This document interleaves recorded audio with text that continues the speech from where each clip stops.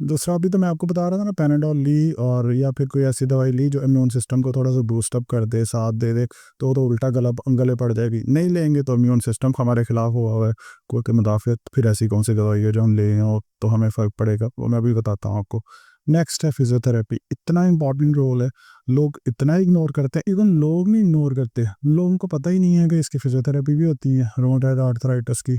Even जो हमारे rheumatologist हैं, ऑर्थोपेडिक्स हैं, वो भी दवाइयाँ दे के ठीक है ओके आप जी घर में मैनेज कर लें, गर्म टकोर कर लें, ठंडी।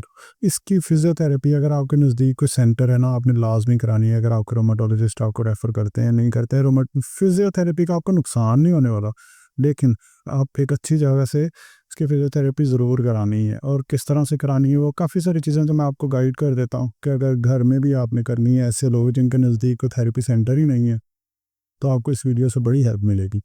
सो दूसरा इसमें फिजियोथेरेपी के आपके अंदर देखो, ये बीमारी है, इलाज नहीं हो सकता इस बीमारी का, इस बीमारी को क्या कर सकते हैं, मैनेज। तो मैनेजमेंट में सबसे ज़्यादा रोल जो फिजियोथेरेपी का आता है कि आपकी बीमारी को मैनेज करेंगे कि वो स्लो रहे।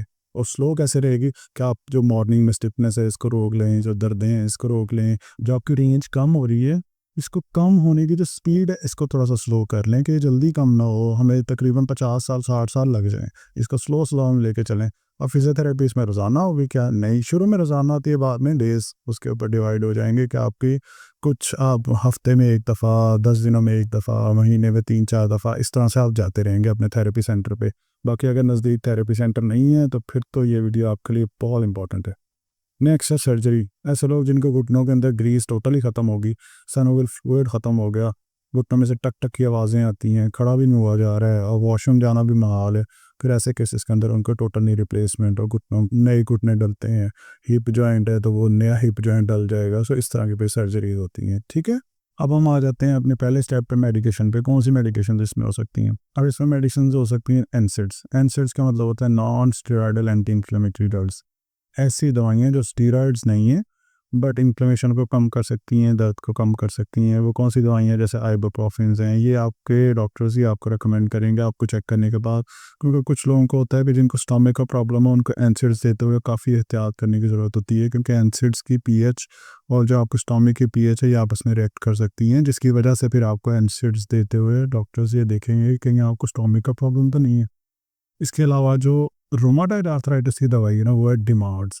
डिमार्ड्स इसका मतलब होता है disease modifying anti rheumatic drugs. ठीक है, डिजीज़ मॉडिफाइंग यानी कि बीमारी को मॉडिफाई कर दे, और एंटी रोमेटिक रोमाटाइड की एंटी ड्रग्स। ठीक है, और डिजीज़ को मॉडिफाई करती हैं ये, यानी कि आपके इम्यून सिस्टम को ना धोखा दे देती हैं ये वाली दवाइयाँ कि इधर नहीं जाना है, इधर जी जॉइंट, तो इस फलां जॉइंट के ऊपर अटैक नहीं करना हो, यानी कि डिजीज़ को मॉडिफाई कर देती हैं। अब ये दवाइयाँ जो है ना, ये बहुत पुरानी नहीं है, ये रिसेंटली लॉन्च हुई है, लाइक 10-15 साल में इसको जो ज़्यादा इसका यूज़ होना शुरू हुआ है, जिसमें मेथोट्रेक्सेट है। अगर आप यूरिक एसिड का मसला है ना, तो आपके डॉक्टर्स देखेंगे कि यार इनको ऐसी दवाई नहीं देनी है कि इनके यूरिक एसिड का प्रॉब्लम हो जाए। अगर आपको ब्लड प्रेशर का है तो ऐसी नहीं देनी है जिससे ब्लड प्रेशर रेज हो जाए। सो आपने अपने रूमाटोलॉजिस्ट को मिलना है ताकि वो आपकी कंडीशन के अकॉर्डिंग आपको एक अच्छी स्पेसिफिक डिमांड जो मेडिसिन वो रेकमेंड करें। ठीक है, और साथ में एनसेड रिकमेंड करेंगे। इसके अलावा कुछ बायोलॉजिक्स होते हैं, कुछ स्टीरॉइड्स होते हैं, ये डिफरेंट मेडिसिन के कम्बिनेशन होते हैं जो कि आपको दी जाती हैं, और ये डिमांड ज़्यादातर लाइफ लॉन्ग चलती है, आपकी ज़िंदगी में साथ साथ चलती रहती हैं। अब आपके रोमेटोलॉजिस्ट आपके लिए परफेक्ट एक जो सबसे अच्छी होगी वो आपको रेकमेंड कर देंगे। ठीक है, ये है आपकी कॉमन जो मेडिसिन हैं जो कि रोमेटोलॉजी के अंदर यूज़ होती हैं। अब मैं आपको बताता हूँ फिजियोथेरेपी। फिजियोथेरेपी का मैंने आपको क्या बताया था कि हमने अपनी डिजीज़ को मैनेज करना है। कि कोई फिजियोथेरेपिस्ट भी आपको कहे ना कि मैं आपकी गैंटिया की बीमारी को बिल्कुल ठीक कर दूंगा, जड़ से ख़त्म कर दूंगा, ये सब बातें, इस तरह का कुछ भी नहीं हो सकता। लेकिन अगर किसी शख्स की गैंटिया की बीमारी, रोमाटाइड की बीमारी 5 साल 10 साल ले रही है ना बढ़ने की, तो हम उसको 20 से 25 साल पे ले जाएं, ताकि ये बीमारी अक्सर लोग, अच्छा ये यंग एज में भी स्टार्ट हो जाती है, 20-25 साल की एज के अंदर स्टार्ट हो जाती है। जब ये थोड़ी ज़्यादा फैल जाए ना, फिर जाके हमें कहीं पता चलता है। सो 35 तक पता चल जाता है लोगों को, 35 साल तक। सो जब ये पता चलता है, पता किन चीज़ों से चलता है? जब सुबह सुबह को उठते हैं, अकड़ाव नहीं ख़त्म हो रहा है, दर्दें नहीं ख़त्म हो रही हैं, टक टक की आवाज़ें आने लग गई हैं घुटनों में से, फिर हम जाके अपने टेस्ट कराते हैं। हालांकि शुरू में करा ली जाए ना, और शुरू में साथ में मेडिसिन और फिजियोथेरेपी चलती रहे, करेक्ट थेरेपी चलती रहे,